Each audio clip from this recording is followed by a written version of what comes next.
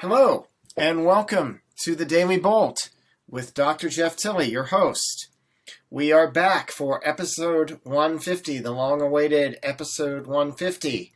And today's topics: 1, some changes to the episodes going forward, some you're already noticing, and 2, using drones to ionize clouds to produce rain, something that I said I would talk about in a Facebook post yesterday. Sit back and relax and enjoy today's Daily Bolt. So you will notice that this is a video episode of the Daily Bolt. So you will notice that there are already a couple things different about this particular episode, and the fact that it is another video episode.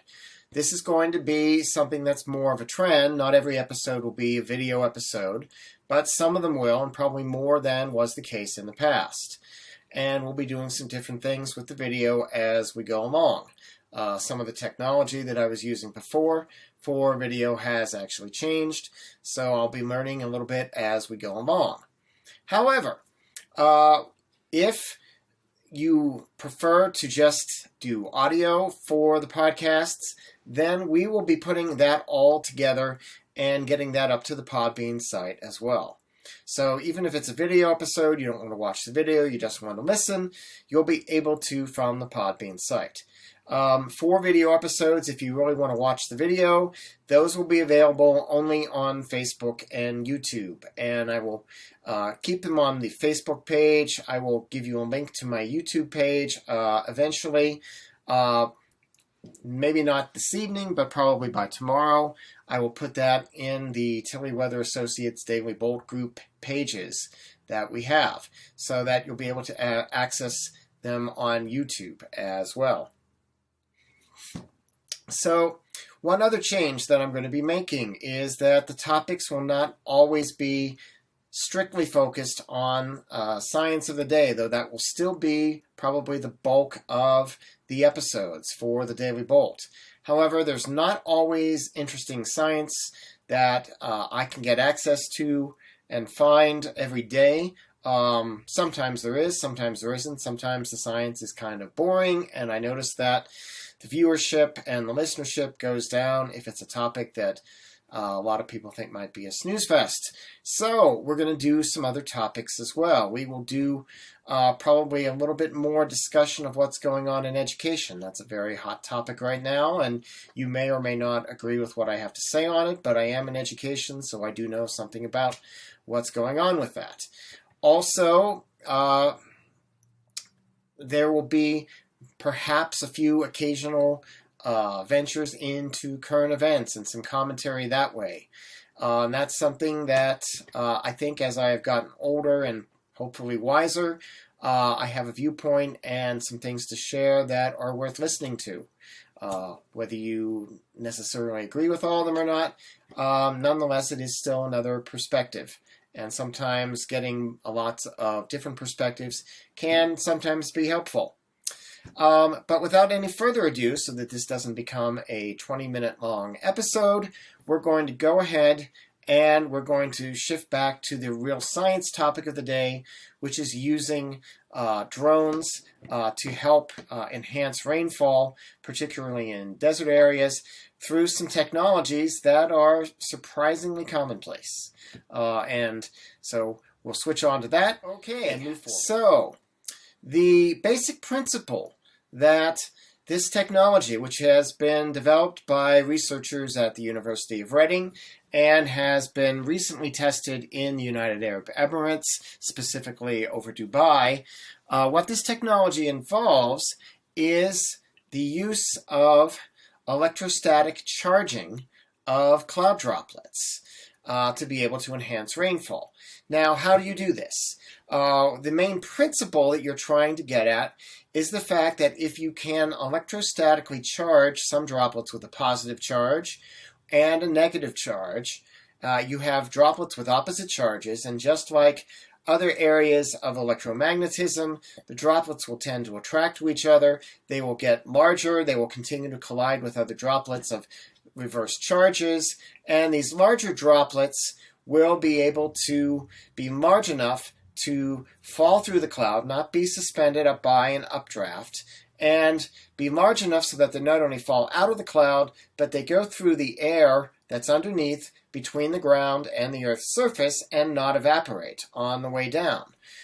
One of the reasons why this has some potential and promise is the fact that in many parts of the world, particularly deserts, you get clouds. You even get cumulus clouds that build to a certain point, but the droplets never get large enough to be able to really fall to the ground. Now, there have been other types of cloud seeding that have been attempted with these clouds, a technique called hygroscopic seeding, and there's other techniques as well that are used where you're basically putting chemicals into the clouds to try and encourage the water vapor that's in the clouds to coalesce into droplets and to have those droplets get big enough to collide and eventually become large enough, again, to fall to the ground without evaporating.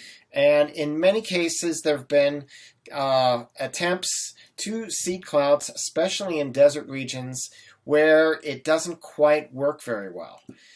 Some other regions that are more humid, wetter, like the western part of the United States, in Texas, other places, South Africa, Israel, where it's not quite the same environment as a desert like over the Arabian Desert area, where the United Arab Emirates is located on the eastern edge of it.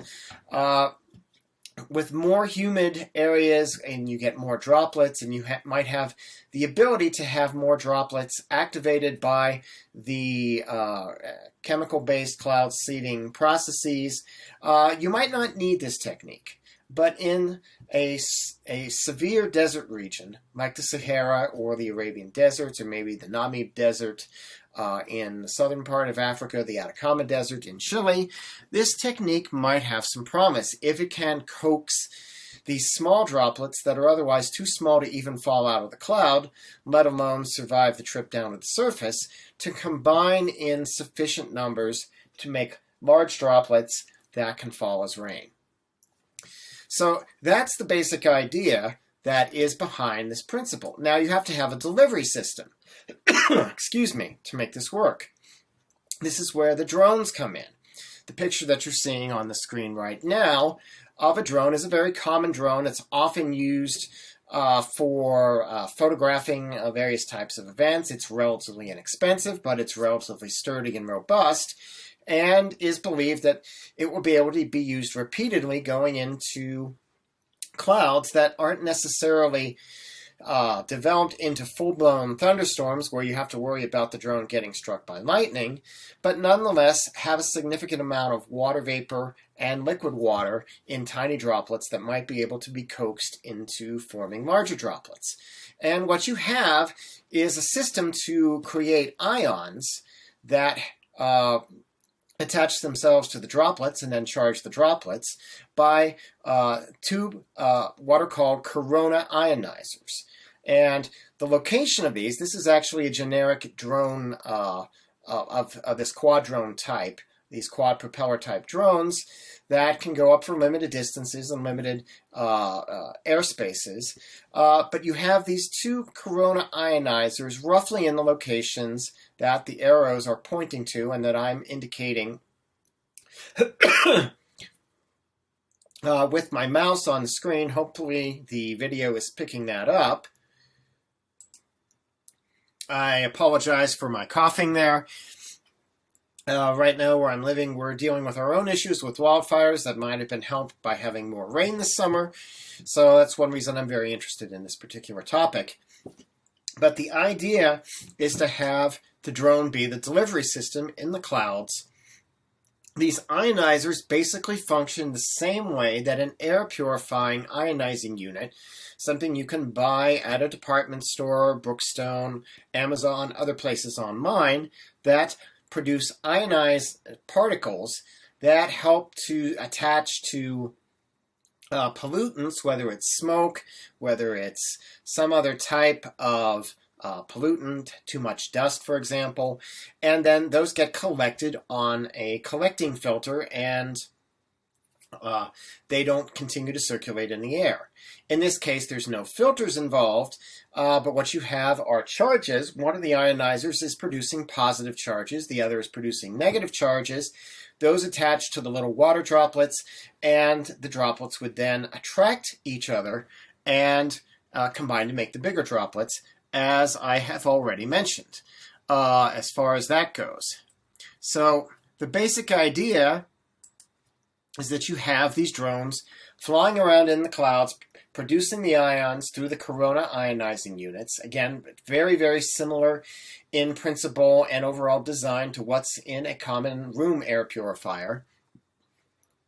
And you get the rain drop-sized water droplets produced by the collision of positively and negatively charged small droplets falling to the earth, and you produce rain.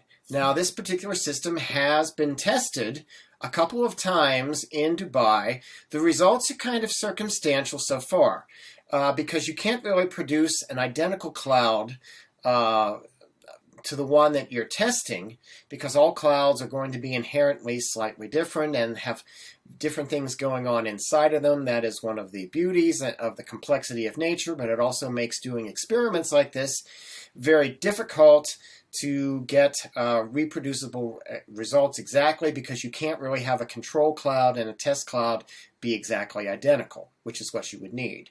So what you have to do is do many, many, many tests, dozens, maybe hundreds of tests with clouds to see what the results are. There have been a couple of clouds that apparently have been tested that have produced rain. The question is, would those clouds have produced rain anyway? That's something you need lots and lots of repetition and see just how good of a correlation there is between having the drone ionizing the water droplets in the clouds and producing rain. So this is something we'll watch and keep an eye on, see how the testing goes. If it really looks promising, I'm sure there will be a whole bunch of people jumping on this bandwagon, because this was a relatively inexpensive approach compared to other cloud seeding approaches, which use chemicals whose prices continue to go up every year. Whereas these ionizing units are fairly cheap to build, they can be put on inexpensive drones, and presto, you have more water. Anyway, that is it for this episode of the Daily Bolt. I hope you enjoyed our return, and we will be back with another episode tomorrow. And I don't know what the topic's going to be yet, so you'll just have to tune in and find out. For now, I'm Dr. Jeff Tilley. This is the Daily Bolt, and have a pleasant evening, morning, or afternoon, and certainly a good weekend on this third weekend in July 2021.